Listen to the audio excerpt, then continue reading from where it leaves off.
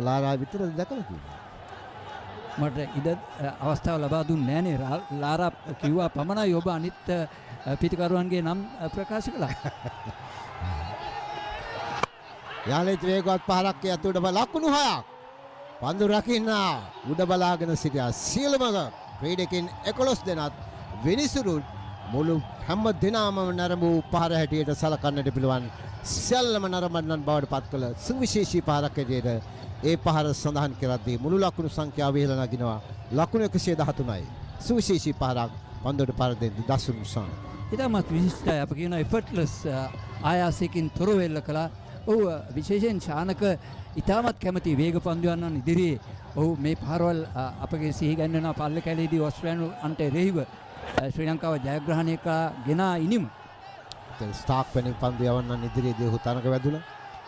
යලිත් පෙර පරිදිමයි එයත් තාමත් වේග තවත් ලකුණු 6ක් ලොෆ්ට් ඔෆ් ඩ්‍රයිව් පහර එල්ල කරමින් ඒ ලකුණු 6 ලබා ගන්නේ කිසිසේත් සල්මන් අලියාගා තෝරා බේරා ගත්තේ නැහැ. වේග පන්දු යවන්නන් ඉදිරියේදී දසුන් ශානකගේ දර්ශනය පන්දුව 6ක් බවට පත් කිරීම තමයි. ඔහුගේ ඒ දසුන්ගේ දර්ශනය තෝරා බේරා ගත්තේ නැහැ. ස්ලොට් හි පන්දුව පත් වෙනවා සමග ඉදිරි පාදයට හොඳින් බරදා ඩ්‍රයිව් කිරීම ලොෆ්ට් ඔෆ් ඩ්‍රයිව් පහරක් දැකුම් කළු 6 පහරක් පිට 6 පහරවල් දෙකක් පන්දු දෙකක් තුල ලකුණු 12ක් ලබා ගැනීම ප්‍රේක්ෂකෙන් ඔල්වර් සම්මාන ලබා දෙන ආකාරය අමන්දානන්දයට පත් වෙන සිළු දෙනාම රංගිරි දඹුලු ක්‍රීඩා පිටිය අද දිනේ රාත්‍රිය වර්ණවත් කරන ආකාරය අපිට දකින්න ලැබෙනවා මේ පිටිකරුවන්.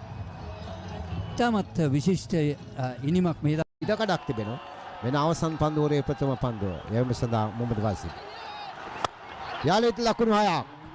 එයා හිතා ගන්නටත් බෑ. අද දසුන් සානක රංගිරි දඹුලු ජාත්‍යන්තර ක්‍රීඩා පිටේ 4 දිග්භාගයටම පාකිස්තාන් පන්දයවන්නන් අවතක්සීරුවට ලක් කරමින් ප්‍රහාරය එල්ල කරන ආකාරය අපිට දකින්න ලැබෙනවා. ඉතාමත් විශිෂ්ටයි.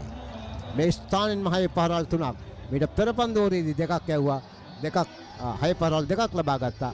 මේ පන්දු ඕරේ ප්‍රථම පන්දුවටම ලකුණු 6ක් ලබා ගැනීමට සමත් වෙනවා.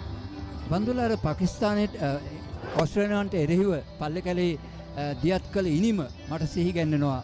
දසුන් ශානකද පන්දුර පහර දෙන ආකාරය අනුව.